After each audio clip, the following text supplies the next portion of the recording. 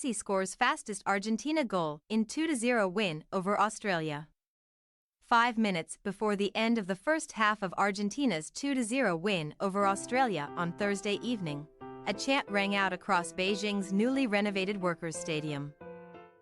A justification for why, 7,771 miles away, Inter Miami has made the biggest splash in MLS history. It was a chorus delivered in tribute to one man delivered not in their native tongue, but in English. Let's go, Messi. To cast one's eyes across the stands of the newly renovated stadium, it appeared as though each one of the 68,000 attendees that had been able to source a highly in-demand ticket for the reigning world champions' clash with the Socceroos was wearing some variant of a Lionel Messi shirt. Such was the sea of white that was visible whenever the camera panned wide enough to show the stands overlooking the action. And even when the camera zoomed in and it was apparent that maybe that wasn't quite the case. Not even the scant pockets of Australian support proved immune to the Messimania gripping the Chinese capital, footage showing one young fan wearing an Australian flag around his waist, positioned carefully to not obscure the Messi jersey that he was wearing. And fortunately for those in attendance, the marquee attraction didn't make them wait. Just 80 seconds into the contest, he was curling a sublime effort beyond Matt Ryan and into the back of the Australians' goal. The 103 and fastest international goal of his career. 2 minutes later, he was springing Alexis Mac Allister in behind the defense for what should have been the second, and a few minutes after that he was driving a shot into the side netting after being played through by Angel Di Maria. Australia was hardly embarrassed after their slow start. They rallied and their ability to win the ball back with their press and immediately spring forward in transition started to ask a few questions of their foe's defense.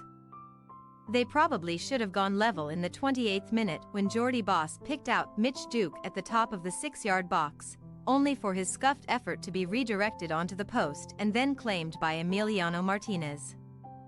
Boss, in particular, looked at home going up against the admittedly end-of-season mode world champions, adding yet more excitement around his future just a month on from setting an Australian record for its most expensive outbound transfer.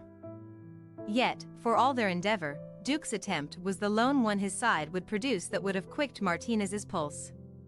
Seemingly every time they needed to, Argentina would produce a moment of class or inspiration to stop the momentum from getting out of hand. And it was their star man, Messi, at the center of a lot of it. He induced substitute Dennis Genro into bringing him down and drove in a free kick that deflected off Kai Rolls. After a brief pitch invasion and forced interlude, the subsequent corner saw he and Rodrigo de Paul combine on a series of 1-2s that gave way to a ball whipped onto the head of German Pizzella to make it 2-0. In the 78th minute, Rolls tried to wrestle him to the ground like he was auditioning for a position in Queensland's NRL State of Origin side, only for Messi to skip away. Then Keanu Backus stuck a foot in. Then Genro, only for them to discover that the ball had suddenly teleported and was being taken away from them at the feet of Messi, who had somehow danced around them. Certainly, those in attendance would have gone home happy with it all.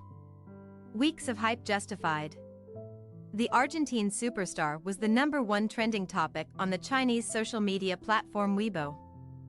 Home to over 500 million users, before the game and a promotional appearance on a 15-minute live stream on Taobao, an Alibaba-backed e-commerce platform, at 3 in the afternoon drew almost 3 million views.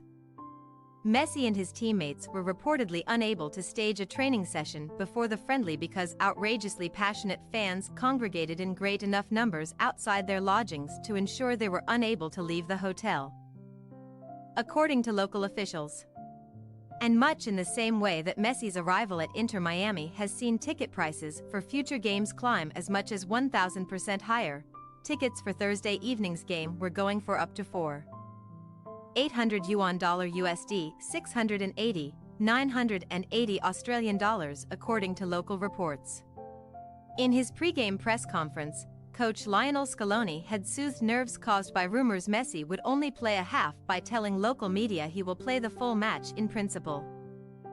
And he subsequently proved as good as his word, something that one has to think wouldn't have been the case, especially against a team as physical as the Socceroos, if there wasn't a commercial arrangement for the superstar to play the full 90.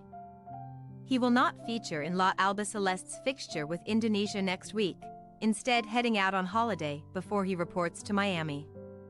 His nation, potentially, now looks ahead to a 2026 FIFA World Cup without their maestro. Thursday's game itself was organized by a promoter, China Rainbow International Investment Company, which has previously mostly restricted itself to engineering and petrochemical initiatives. Once they had secured Messi and Argentina's involvement, they didn't care much about who they faced in Beijing, with it being the Argentines themselves that recommended the Socceroos, who were one last gasp Martinez save on Garang Kuol away from taking them to extra time at the 2022 FIFA World Cup. This is what Inter Miami and the MLS, Apple, Adidas, and who knows who else is paying for in bringing possibly the greatest footballer of all time to South Florida. Not just a maestro that can do things on a football pitch that shouldn't be possible for anyone, let alone someone that's 35 years old and ostensibly in the twilight of their career, but a figure that forces the world to pay attention every time he steps onto the pitch or appears on a screen. Brand Messi has always been a thing, of course, but now with his move away from Europe, this identity, like that of his longtime rival Cristiano Ronaldo in Saudi Arabia, is entering a new, preeminent stage. No longer is playing in the top leagues of Europe and pursuing another Champions League or Ballon d'Or at the forefront. That fig leaf has been removed. And with his trip to China, possibly his last foray into Asia as a competitive footballer, there was a perfect demonstration of perhaps why there has never been a better sportsperson with a brand like Messi to leverage. Why Inter Miami's securing his services isn't just something that will grow there and the MLS brand in the United States but around the world. Among literal billions that are always online, always watching, and always seeking more content around the world, in places like the massive and growing markets of China and Indonesia, a good chunk of them still find it in the latest edition at DRV PNK Stadium. Thanks for your watching. Don't forget to click the subscribed button and hit the bell icon for more.